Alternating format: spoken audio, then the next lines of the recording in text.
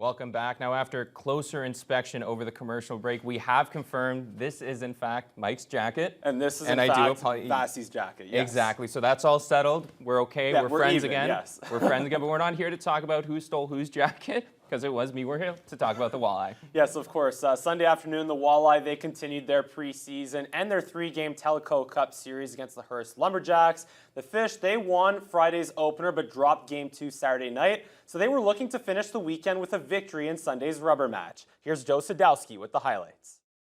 The Northern Ontario Junior Hockey League won the Telco Cup last season, and the Walleye are fighting to bring it back to the Superior North against the Hearst Lumberjacks in the series finale. In the opening period, the Lumberjacks are on the attack, cycling it around the Fish zone. Maddock Newton drops it for Tyler Patterson, who shovels it in front for Newton, who jams that into the back of the cage after a couple whacks. That gives Hearst the early 1-0 lead. Still in the first period, the Lumberjacks flying up the neutral zone on the counterattack. Liam Boswell, he chips it around Bryden Bell. Boswell finds Como. Christ, the save, but Damien Bourdon Lemoyne was on the doorstep to put the Lumberjacks up by 2. And in the dying seconds of the second period, Hearst with a 3-0 lead, with the Fish trying to get one back.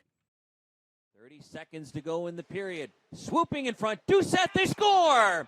The goose egg is broken by Kobe Braham. It's a 3-1 game. Kobe Braham tallies his first goal of the preseason and gives the Walleye some life heading into the second. But after a few penalties to start the third, the Walleye find themselves short-handed. A quick point shot goes right off the boards and takes a perfect bounce in front of Christ. Tyler Patterson cleans up the loose puck to give the Lumberjacks a 4-1 lead. But don't go anywhere. The Fish are on the attack. That shot on the right side goes off the pad and bounces perfectly to Carter Pottenby, and the Thunder Bay native gives the Walleye some life, making it 4-2. But that would be as close as they got. Hearst adds one more to capture the Telco Cup and brings it back to the NOJHL for the second straight year, 5-2 the final. The Walleye continue their preseason this week with a battle of Highway 1117 this weekend. Joe Sadowski, TBT Sports. That was also Dougal's own Kevin Jeffrey on the call. And now Labor Day weekend is always special in Canadian football because it's their annual Labor Day Classic, with the league's biggest rivalries matching up against each other year after year. And after the Saskatchewan Roughriders beat the Winnipeg Blue Bombers in overtime last night, Monday's afternoon matchup featured the QEW rivalry in Hamilton between the Ticats and Toronto Argonauts. Argos in business now, leading by 3. And their first big chance to get into the end zone is Kelly out of shotgun. Andrew Harris, indeed a touchdown for the Toronto Argonauts. Andrew Harris punches it in to put the Argos up by 10 in the first quarter. And on the ensuing Ticats possession, rookie Taylor Powell throws right, but gets picked off by Jamal Peters. Powell playing in his 11th career CFL game, but throws his 4th interception. And the Argos take advantage immediately because on the next play, Chad Kelly rolls right and looks deep for Davaris Daniels. And Daniels hauls it in for the 31-yard score. Kelly, his 17th touchdown pass of the year. That puts the Argos up by 17. And the Argos, they're up 31-13 in the second half.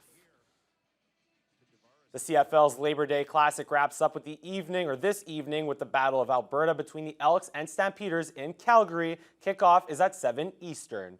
Now, in other CFL news, the league has suspended Rough Riders defensive lineman Pete Robertson 1 game for headbutting Bombers quarterback Zach Collaros on Sunday. The incident occurred late in the fourth quarter with the Bombers threatening in the red zone. Robertson batted down a pass from Collaros and then headbutted the Bombers quarterback to the turf. Initially, there was no penalty called, but a late flag was thrown, and Robertson was assessed a 15-yard penalty for unnecessary roughness. Collaros, he returned after sitting out 3 plays. The Bombers, they scored shortly after the penalty, but lost by 2 in overtime. And in baseball, the Toronto Blue Jays have a great chance to gain some ground in the American League wildcard race as they open a 3-game set in Oakland against the Athletics. Of course, the A's, they're one of the worst teams in baseball. He is hitting it well. This one driven into right field for a 2-out base hit off of the bat of Springer. 1 run is in from third. That's Varsho, and headed to second base with a double is George Springer. Springer's RBI double gave the Jays a 2-0 lead in the fifth. Kevin Biggio goes to opposite field. That cashes in Springer from second to make it 3-0 Jays.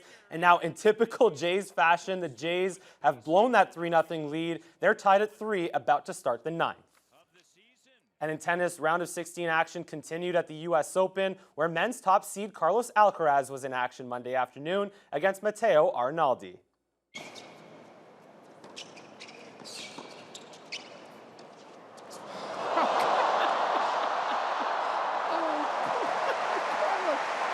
Did you see what I just saw? That was out of this world.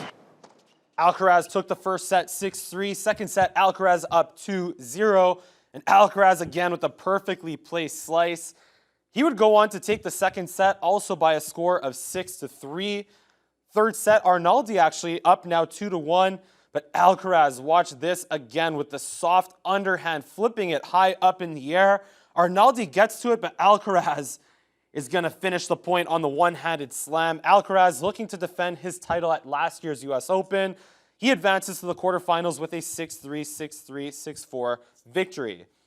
Now the upset of the day, we go to the women's side, third-ranked Jessica Pegula facing 17th-ranked Madison Keys.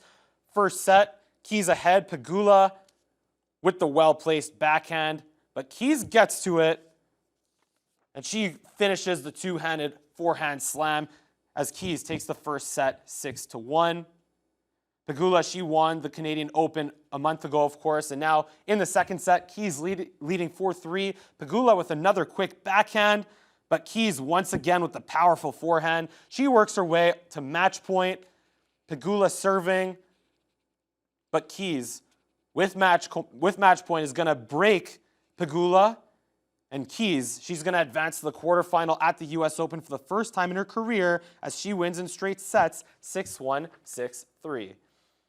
Now, Vasi, it is Labor Day Monday, which also means that we are less than 1 week away from NFL season kicking off. 3 days from the opener Yes, now. Thursday night, Lions, of course. Chiefs. I cannot wait for that. I think a lot of people talking the Lions up. We're going to see what they're really made of as they take on the best Tough team in opening football. matchup, though, of course. No doubt. Obviously, we had some great Labor Day weekend football here in Canada. Weather's been great throughout the weekend. That's going to continue tomorrow. Later in the week, things are going to start feeling more like we're getting into fall. We're going to have a full forecast after the break.